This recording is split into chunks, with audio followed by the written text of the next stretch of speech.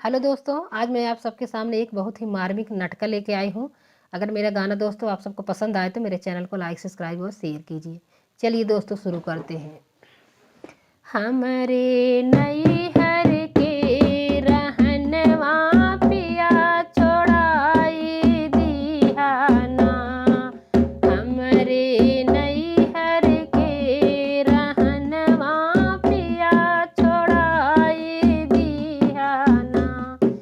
पिया छोड़ाई दिहाना। पिया छोड़ाई दिहाना। हमरे नैहर के रहनवा पिया छोड़ाई दिहाना।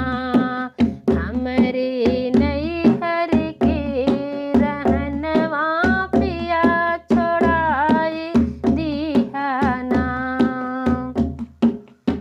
पापा के छोड़ाई दिहा। मम्मी के छोड़ाई दिहा। पापा के छोड़ाई दिहा। मम्मी के छोड़ाई दिहा। हमरे छोटे छोटे भैयवन के छोड़ाई दिहाना। हमरे छोटे छोटे भैयवन के छोड़ाई दिहाना। पिया छोड़ाई दिहाना।